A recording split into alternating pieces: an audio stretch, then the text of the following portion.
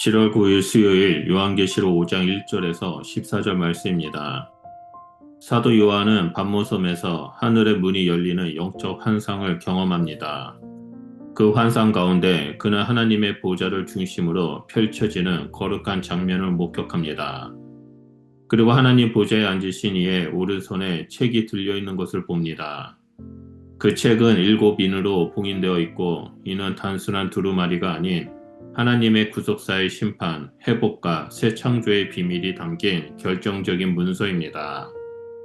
그러나 문제는 아무도 그 책을 열 수 없다는 사실입니다.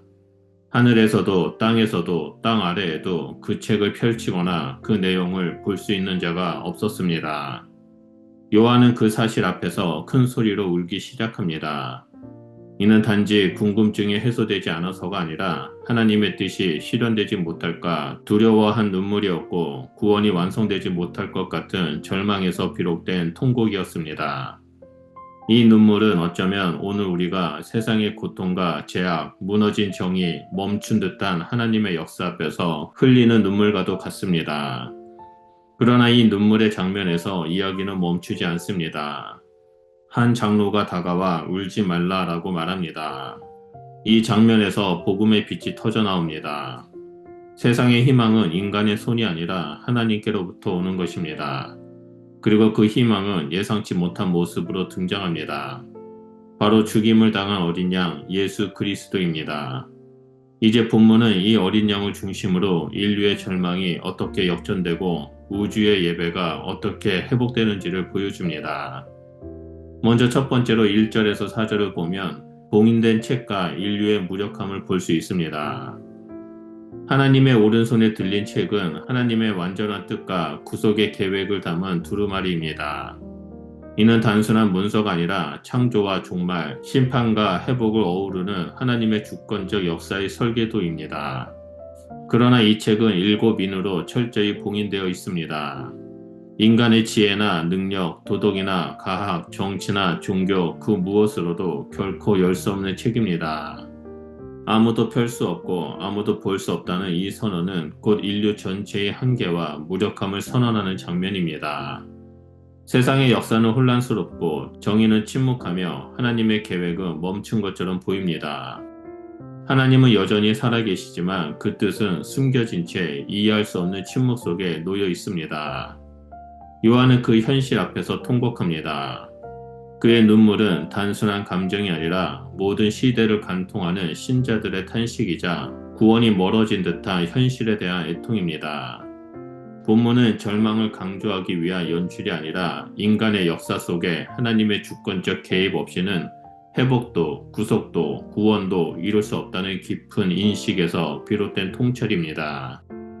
인간의 선함이나 노력만으로는 구속의 문이 열릴 수 없습니다. 오직 하나님 자신의 손에서만 역사는 열리고 구원의 계획은 완성될 수 있습니다. 두 번째로 5절에서 7절의 어린 양의 등장과 하나님의 방식입니다. 한 장로가 요한에게 다가와 울지 말라라고 말합니다. 그리고 유다 지파의 사자 다윗의 뿌리가 이겼다라고 선포합니다. 이는 메시아에 대한 구원의 약속을 상기시키는 표현이며 모든 기대가 실현되었음을 알려주는 선언입니다. 그러나 요한이 고개를 들어 바라본 순간 그는 사자의 모습이 아니라 죽임을 당한 어린 양을 보게 됩니다. 이 극적인 반전은 복음의 중심에 있는 역설을 드러냅니다. 하나님의 승리는 세상이 이해하는 방식인 힘과 무력, 정복과 권위로 이루어진 것이 아니라 오히려 십자가의 희생과 사랑을 통해 완성되었습니다. 어린 양은 죽임당하셨지만 지금도 살아계십니다. 그분은 고난과 죽음을 통과하여 영광 가운데 계신 구속주이십니다. 이 어린 양이 하나님의 책을 받아 펼 수 있는 유일한 자격자입니다. 왜냐하면 그가 죽임을 당함으로써 각 나라와 민족, 방언과 백성 가운데서 사람들을 그의 피로 사 하나님께 드렸기 때문입니다. 이 장면을 단순한 종말의 계시가 아니라 통치와 권력에 대한 근본적인 재정의로 해석합니다.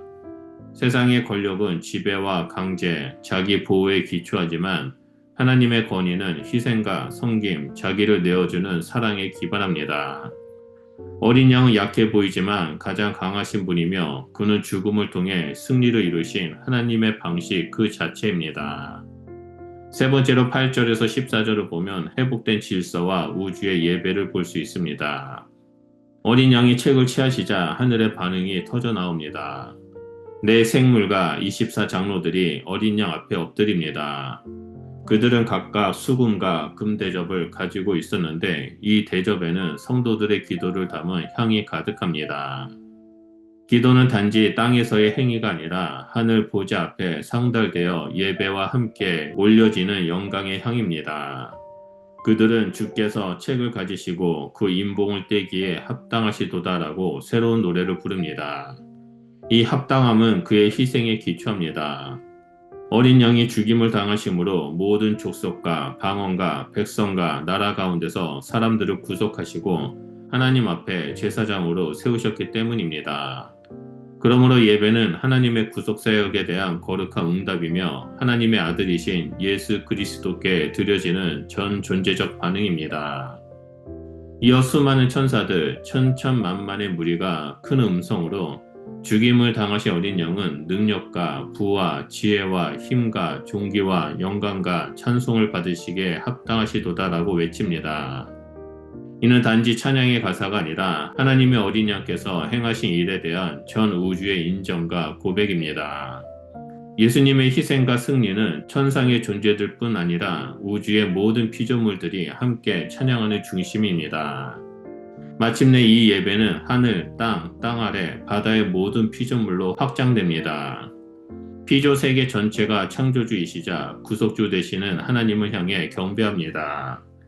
예배는 단순히 인간의 행위가 아니라 존재 전체가 창조주께 응답하는 절정의 표현입니다. 이 장면은 교회의 중심 사역으로서 예배를 넘어 하나님 나라의 선언으로 읽힙니다. 교회는 단지 모여 예배하는 공동체가 아닙니다. 교회 예배는 세상 가운데 하나님의 통치를 증언하는 선교적 사명입니다. 예배는 종말론적 사건이며 오늘 이 땅 위에 실현되고 있는 하나님 나라의 실제이며 능력입니다. 요한이 본 첫 번째 장면은 열리지 않는 책이었고 그것은 절망이었습니다. 그러나 곧 어린 양이 등장했고 역사는 열렸으며 우주는 찬양으로 가득 찼습니다. 죽임당한 어린 양이 책을 열었고 그 책은 하나님의 뜻을 드러냈으며 하나님의 뜻은 결국 구원의 완성으로 나아갑니다. 우리도 살아가며 종종 열리지 않는 책 앞에 서 있는 듯한 순간들을 경험합니다. 기도가 응답되지 않고 현실은 변하지 않으며 하나님의 뜻이 감춰진 듯 보일 때가 있습니다. 그러나 그때 우리는 기억해야 합니다. 어린 양이 이미 책을 여셨고 지금도 열고 계시며 마침내 완성하실 것입니다. 그러므로 우리는 그 어린 양을 바라보며 살아야 합니다. 우리의 예배는 그분께 향해야 하고 우리의 삶은 예수님의 희생과 사랑을 증언하는 삶이어야 합니다. 찢긴 현실 속에서도 눈물을 닦고 찬송으로 나아갈 수 있는 이유는 어린 양 예수 그리스도께서 이기셨기 때문입니다. 세상은 여전히 혼란스럽고 고통이 존재하지만 예배하는 자는 그 너머를 봅니다. 이미 승리하신 주님, 어린 양 예수 그리스도 안에서 모든 것은 회복되고 온 우주는 찬양으로 가득 찰 것입니다. 그러므로 죽임당하신 어린 양을 바라보며 오늘도 믿음으로 예배하고 삶으로 복음을 증언하는 자로 살아가시길 예수 그리스도의 이름으로 축원드립니다. 기도하겠습니다. 사랑의 주님, 예수님은 죽임당하신 어린 양으로서 우리의 눈물 속에 들어오시고 우리를 찬송으로 이끄셨습니다. 오늘도 우리가 예수 그리스도의 승리를 바라보며 절망이 아닌 예배를 선택하게 하시고 이 땅에서 예수 그리스도의 구속을 증언하는 삶을 살도록 역사하여 주시옵소서. 주님만이 우리의 찬양이 되며 우리의 예배를 받으실 분이심을 고백합니다. 예수 그리스도 이름으로 기도드립니다. 아멘.